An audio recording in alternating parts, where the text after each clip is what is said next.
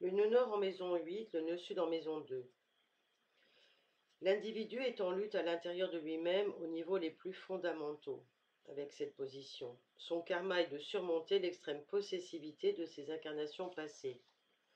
Tant qu'il s'occupe de ce problème, il a de la peine à trouver un sens à tout ce qu'il ne peut posséder personnellement. Il est jaloux des biens d'autrui et son désir est très grand d'acquérir tout ce que ses yeux embrassent. Chez certains individus, cela mène à un insatiable appétit de possession.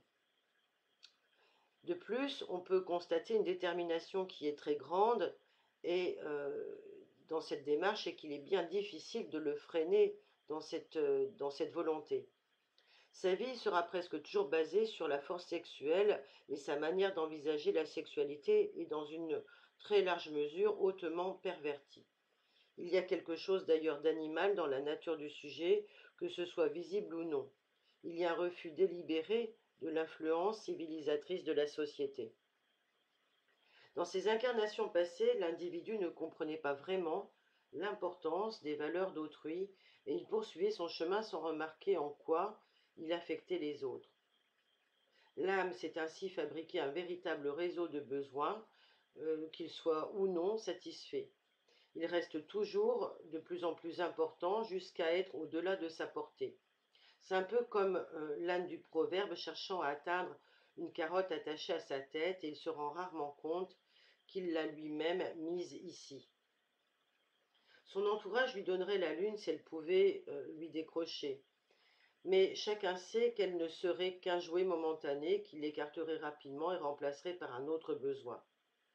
Il semble que ce soit la quantité de qualité qu'il désire, ce qui revient à dire qu'il veut tout avoir. Il est excessif dans tous les domaines et trouve le changement difficile.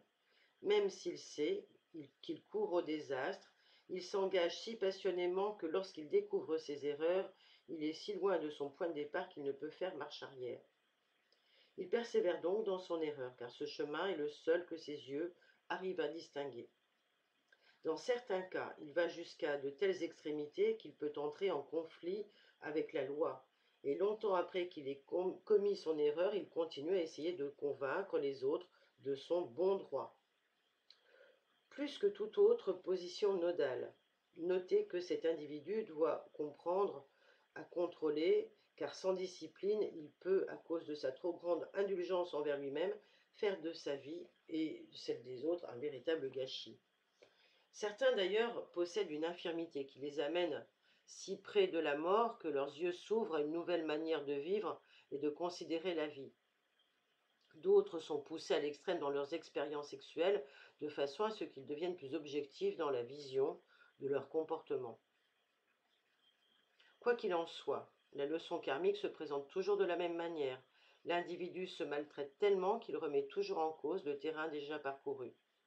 C'est à travers une mort symbolique à ses patterns, tous ces patterns de conduite qui sont excessifs, qu'il peut finalement faire l'expérience d'une nouvelle naissance. Les résidus de ses vies antérieures présentent trop d'intérêt pour des choses physiques et matérielles. La croissance de l'être dans cette vie trouve sa base dans la capacité qu'il a de faire au fond de lui, qu'il a de trouver, au fond de lui, la force de renaître. Très souvent, s'il manifeste de l'intérêt pour ce qu'il touche, tout ce qui touche à l'occultisme, il peut trouver là l'information nécessaire à sa transformation régénératrice. Mais quoi qu'il choisisse de faire, il vit toujours un peu de manière chaotique, à cause d'une certaine forme d'extrémisme. Il y a des résidus karmiques ici. Il y a une combinaison de paresse, d'entêtement, qui peuvent être des freins à sa renaissance.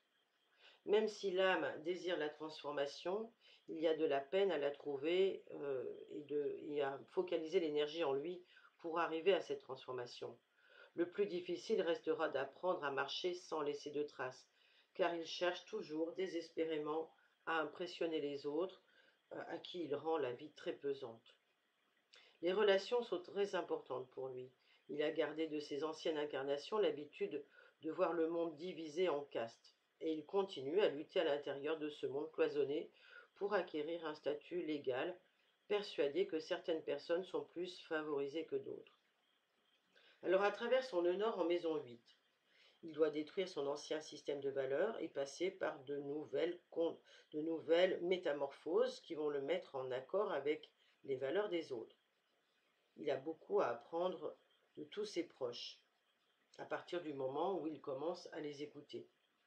La plupart de ses idées sur la sexualité proviennent d'un désir profond, ancré en lui, de supprimer le plan physique.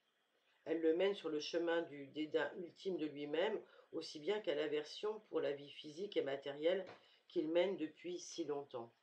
Donc là, il y a une petite contradiction. À travers sa convoitise bien visible ou secrète, telle que ses jalousies dans les affaires ou les gains d'argent, il peut continuer à tourner en rond dans sa vie jusqu'à un point de non-retour. Mais ce n'est qu'une fois arrivé là qu'il commence à s'intégrer dans des systèmes de valeurs des autres, avec le dessein de faire marche arrière. Il pourra être alors mis à rude épreuve et devra abandonner tout ce à quoi il tenait jusque-là. Un peu comme s'il lui était demandé de rejoindre le bout de la file et de faire la queue en attendant son tour. Ces nœuds indiquent souvent une vie difficile, surtout à cause des habitudes invétérées prises dans le passé sur lesquelles l'individu a fondé sa manière d'être. Et tant qu'il n'a pas complètement réalisé cette transition, il peut s'attendre dans cette vie à être en constante lutte financière. Sa leçon karmique est d'apprendre que les possessions existent dans le but d'une utilisation concrète et qu'il n'est pas nécessaire de posséder davantage qu'il n'est utile dans le moment. Le nœud nord en maison 8 peut régénérer ou dégénérer l'individu. Cela dépend de la force de sa foi. Pour atteindre le ciel avec cette position nodale, l'être doit d'abord traverser l'enfer et réaliser au fond de ses entrailles que Dieu entendra son moindre appel au secours, pour autant qu'il ait au moins la sincérité de la promesse de ne pas regarder en arrière. Le signe qui contient le nœud sud montre le genre de système de valeurs passé qui doit être régénéré, et le signe qui contient le nœud nord apporte les façons par lesquelles il réalisera sa renaissance.